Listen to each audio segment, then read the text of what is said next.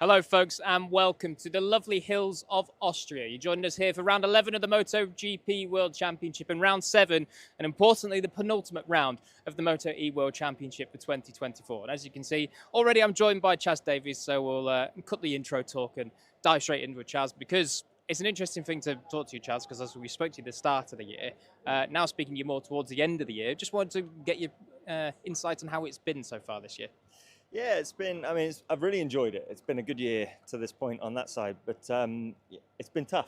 It's been really tough. Getting back amongst it with the boys and the girls. Maria has been my sparring partner very often this year, and yeah, it's been difficult on the performance side. Like I said, I've really enjoyed everything that I've done on track riding again, and also trying to extract performance out of a motorcycle that's completely different to what I've spent all my career on, and tires that are completely alien in some ways, but. So it's been an interesting challenge, but I've been kind of regretting that the performance side has not been where I would have liked it to be. I came in, under no expectations. As I just said to you now off camera, that it's so easy to underestimate any championship in motorcycle racing, and that's something that I've always tried to be aware of. It doesn't matter where you are or who you're up against. It's always a challenge. So, and that it works at every level. And just use the comparison of taking a top MotoGP rider and go and put him in something like BSB tomorrow. It would be a very difficult weekend for them, and I feel, and that's how I've kind of felt this year, is that I just feel a little on the back foot. It's all the weekends constantly in progression, but I've just felt like I'm always on the back foot. And obviously, as you know, the sessions are quite short. The time to react during the weekend, you literally don't have time to build into the weekend, and then before you know it, you're qualifying and then you're racing. So that's also been a challenge, is getting up to speed on some circuits that I've not seen for years, and getting on the pace quickly is basically not happened. So no, been challenging, but at the same time enjoyable. Hopefully enjoy these last couple now here in Austria. It's a completely new track for me. Never been here before. Beautiful area, track's awesome. The camera does nothing for the elevation changes here. I mean, it's shocking how much elevation change there is around here, up and down. But yeah, looking forward to it, and see if we can do something these last couple of weekends. Yeah, I'm with you on that one about the circuit. It's my first time here as well. And just when you look out from the media centre, which is over there, you go, whoa, I knew it was uphill into turn 3, but not that much. We were saying as well, because obviously you're not doing much riding, if at all, between the races. You have commitments for World Superbike, where you're a rider, analyst and coach for Ducati, and then also, go back home and see the family and spend time with them and all the things you have to do in your life. Doesn't leave much time to train, to work on things riding, and also you don't have a MotoE bike at home, so it's quite difficult to learn that anyway. Yeah, it is. It's actually a very difficult thing to replicate, because it is such a unique beast here that we're riding, an electric bike with Michelin tires. It's very difficult to replicate at home. So riding Supermoto is something I really enjoy to do, but actually what you get from riding's riding. It's never a bad thing, but actually what you can take from that to bring to the weekend here on a completely different bike is, it's up for debate, that one. I'm not really sure, but yeah, it's been challenging, but like I said, I've enjoyed the experience, but I've also enjoyed riding the bike. The bike's been, it's a well sorted bike in the second year. It's of course it has a very high weight compared to what I've been used to, but it's been as part of the challenge, you've got to find out how to ride the bike in the best way and try and teach this old boy some new tricks. Well, Chaz, I know you've got to run off to go get in your levers and go to a photo shoot, so we'll let you do that, and appreciate the time as always. Good luck for the rest 2 rounds as well. Chaz actually saved us some vocal agony in Germany with all the rain delays. He managed to jump in for a quick interview with Elliot York down in pit lane and saved us about 10 minutes of talking. So I probably owe Chaz a beer after Germany, which was a bit of a chaotic one, which we'll get onto in just a few minutes. Is my camera crew here are expertly walking down the stairs backwards, trying not to fall over. Good job. So we'll go find Matias Casadei, because he's our next one, and actually we need to get to him before he has to run off as well for a photo shoot. I can see him there. He's waiting for me with his arm on his hip like this. So we'll jump in with Matias. Matias, all okay? How are you? Fine. Good. Sorry for being a bit delayed. No problem. Big weekend this weekend, there's no doubt about it. Last couple of rounds haven't been the most amazing, but I saw on your Instagram post that you said that there's more in there and you're going to do it. So what do you think is possible this weekend? Yeah, it's a very good track for me. I like a lot. I have a good memories from last year, and I try to do a very good weekend, working well with the team, and be ready at 100% for the both races. Obviously, your memories here, as you say, won both races last year, but the year before, you actually crashed out the lead on the final lap. So it's a bit of a kind of up and down emotion with this place. Yeah. It's going to be a tricky one. As we know, this place is always very close in terms of lap time. What do you expect with how the season's gone? Do you think there'll be another new name that comes to the top, or maybe be like yourself or Spinelli that wins a few races? I think that a lot of rider win this year, and I don't know. I don't know if a new rider win, but I hope to do a good race. Well, 25 points behind. You reckon you can get pretty close by the end of Saturday? On this weekend, I don't know, but I hope in Misano. There is 4 races. There is a lot of race.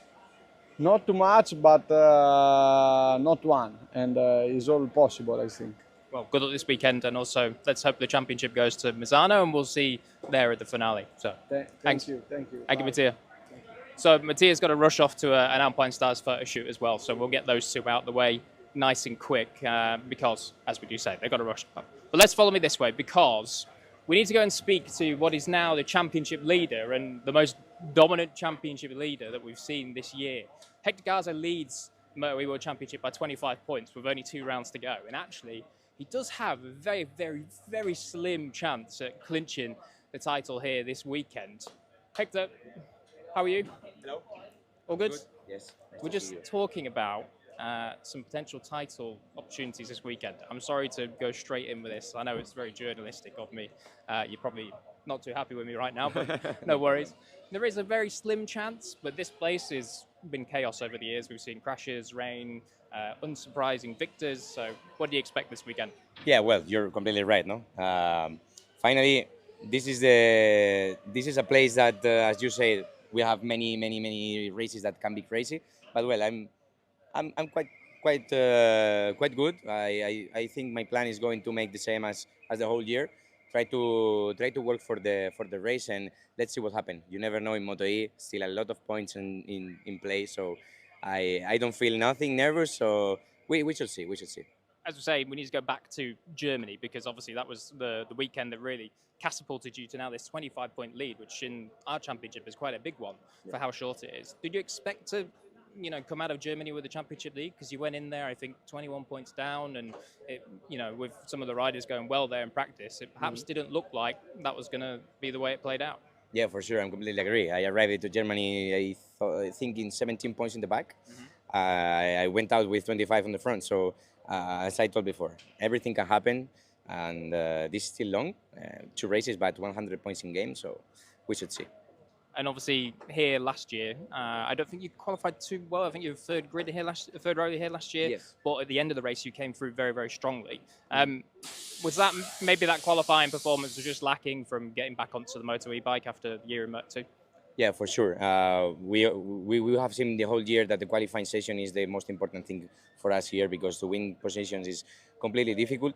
But well, yeah, last year was a difficult race, but we managed it quite well at the end. I think I finished it like 4 and 5. But yeah, for sure the target this year is continue this rhythm and continue for fighting for victories. Don't think in the championship, and I think everything should go well. I mean, you're a pretty cool character anyway. You always seem very relaxed, and I presume that this weekend just feels like a normal weekend. Yeah, for sure. I just want to ride, want to break the last and take the throw of the first. So I think this is the target, no? Well, good luck, and hopefully the rain holds off this weekend because we are in Austria, so you never know. Yeah, exactly. Never know. Thank you. Thank you, Hector. So, as we say, let's recap in Germany because Hector, as he says, was 17 points down and then came out of it 25 points in the lead, which unbelievable swing in the championship. In one race, he went from 4th in the championship to 1st.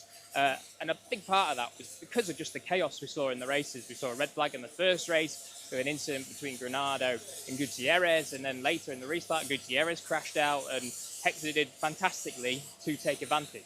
But before we go on about a bit more from Germany and the season, we'll just recap with Kevin Manfredi because we haven't caught up with Kevin all year, and I thought it'd be nice to finally chat to Kevin this season. Kevin, good to finally speak to you. How are you? All okay? All okay. It's better after the last 2 races.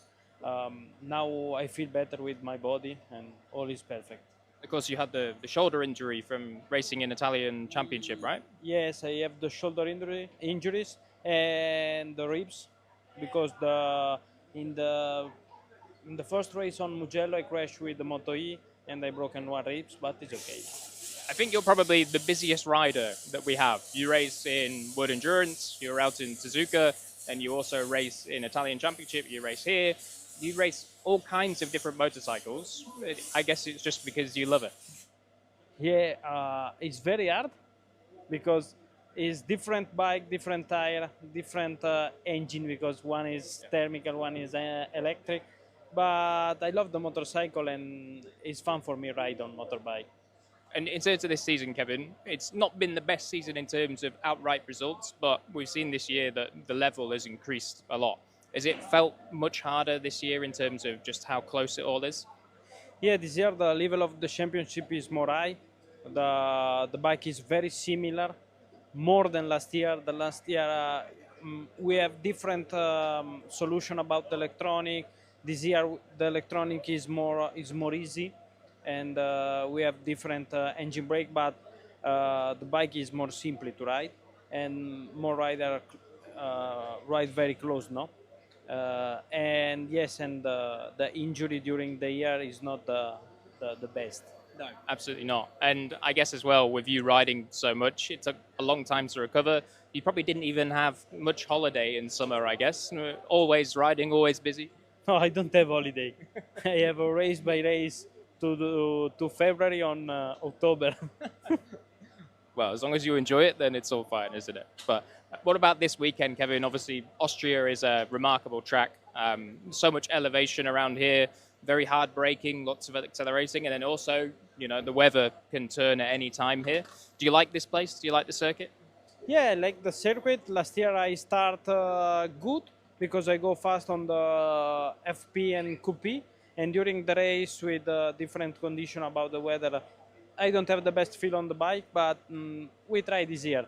We have the different cover for the front brake, and now we try, and I'm interested to search a good feeling on the first exit, and I hope maybe the different weather because it's really hard, but for the Austrian it's too hot.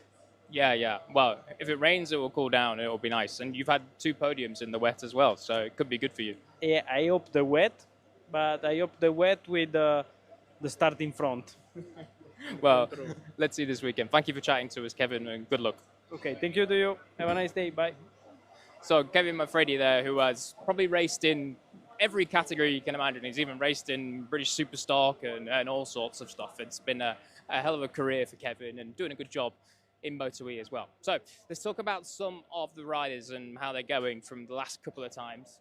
We need to talk about Matteo Ferrari because it was a better weekend in Germany. It certainly wasn't the heights that we know Matteo can reach, but better anyway. He was up there and in the mix, and particularly in practice and qualifying, he looked better as well. Got his best qualifying of the season on 7th, I believe it was. And in terms of World Cup winners, there is also Jordi Torres, who's on the right-hand side of this garage in there. He had a better weekend as well. Finally picked up his first proper podium of the season. He's had 2 podiums, but one was gifted to him through a disqualification in Assen. But yeah, finally on the box properly with a really strong and great last lap battle actually with Oscar Gutierrez in race 2 last time in Germany in the wet. And then also his teammate Kevin Zanoni, who was riding injured last time in Germany and really struggled, came into the round as the championship leader and has fallen right out of it now. I think he's 3rd or 4th in the standings, but a hefty chunk of points behind Hector Garzo, around 32, I do believe. So hopefully his injuries are all recovered. I was actually planning on asking him, but he's not here at the moment to be able to chat to. Of course, we said about Kevin Manfredi doing a good job this season. And then we need to go on to, of course, Hector Garzo, those 2 brilliant wins last time. His first ever doubled his winning tally in MotoE entirely in one weekend. Not bad for a rider that's had 3 seasons in the MotoE World Championship. So, yeah, really good job from Hector. And, of course, sets himself up for a potential championship point in race 2 on Saturday. Here's one rider we need to talk about, Oscar Gutierrez. For Oscar, it was a case of if he didn't laugh, you would have cried. So in last time in Germany, unfortunately, Oscar was caught up in that incident with Eric Granado in the first start of race 1, where thankfully Eric is all okay. He's here, past fit, he will be riding. And Oscar received 2 long lap penalties for that. Then in the restart, just knowing that he had to go and do those long lap penalties, a bit too eager and jumped the start. So in total, he got 4 long lap penalties in 1 race, which must be a record. We'll have to give him a plaque at the end of the season if that one does stand, to be able to give it to him. But what it meant was, obviously, the first race, no points, and then the second race, he did well to grab a 4th place to, you know, kind of limit the damage on Saturday in Germany. But it does mean that he lost a big amount of ground in the championship, and again now faces himself trailing. Here's 2 riders that are somewhat in the championship picture, you would say, both at a distant distance, but close enough to perhaps still be considered if there's a little bit of chaos here this weekend. It was good to see Nicola Spinelli back on proper form last time, got his first podiums since he won both races in round 2 back in France. So yeah, really good. A 3rd and 2nd place there, 1 in the dry and 1 in the wet. So strong showing from Nicholas last time. And then also Alessandro Zacconi got his 3rd pole position in a row, his 3rd pole position altogether in MotoE last time. So definitely still got the speed, but didn't quite get the results he wanted. 1 podium, and I think he was 5th in the 2nd race of the day. Of course, we said that Eric is here. He was here earlier. Unfortunately, I think he's gone. I was going to try and grab him for a quick chat, but no, Eric looks like he is gone. Or maybe he's in the back. We'll see if Eric maybe can have a quick word. Okay for a... Is it okay for a quick chat? Yeah? All good? How are you? Good. Important thing, feeling all okay? I know you were on the bike in Brazil, so must be feeling good. Yeah, it's 100%. It's been a long time that I'm not on the MotoE, so I'm really looking forward to this race weekend. I really like this track. It was a nasty crash in Germany, but I was so lucky to be okay after this crash in front of the group. So yes, let's go for it and enjoy the maximum this weekend. Well, as you say, you've been faster in the past, so anything's possible this weekend. And now it's kind of, you're out of the championship picture, so it's just go for it and see what you can get. Yes, I just want to enjoy and finish the races. Nothing wrong happened, and just do my best, and let's see what happens. Well, good luck this weekend, Eric. Good to see you back here and all healthy. Thank you. So really great to see Eric, because obviously Eric's had a tough time with injuries in the last few years, particularly brain injuries. He's had 3 big concussions in the last 2 seasons. The first one was that big World Superbike crash that he had in Barcelona last year, and then unfortunately he had another one earlier this year. I can't remember which round it was now, but yeah, then another small concussion after that crash last time in Germany with Oscar, but all fine. He was on the bike in Brazil just the other weekend, and he qualified on pole and won the race. Of course he did, in the Brazilian Championship. Lastly, let's quickly say about Maria Herrera, because once again she's done a fantastic job in the Women's World WCR Championship. Yeah, doing incredible as she is, Maria, over in that championship, winning races. Unfortunately, didn't win both races in Portimao, where they've just been. Ana Carrasco slipstreamed her to the line after Maria pretty much led for most of it. Really good racing action from the pair of them. And actually her move at turn 4, I believe it is, in Portimao in the last lap, a belter. Really, really good stuff from Maria. So I think that's going to do it for us here for the Inside the ePaddock show. Of course, all the usual stuff we'll be practicing tomorrow morning. You can catch that one on live timing. But then later in the afternoon, we will be having qualifying. That'll be live on the MotoE YouTube channel and also on MotoGP.com. So tune in for that one. Myself, Jack Gorst, Neil Morrison and Elliot York. And then, of course, catch the penultimate round, the penultimate race day of the season for MotoE on Saturday as we go racing at 12:15 local time here in Austria, and then also 4:10 later for race 2. Thank you very much for watching. We'll see you this weekend, and join us for the action.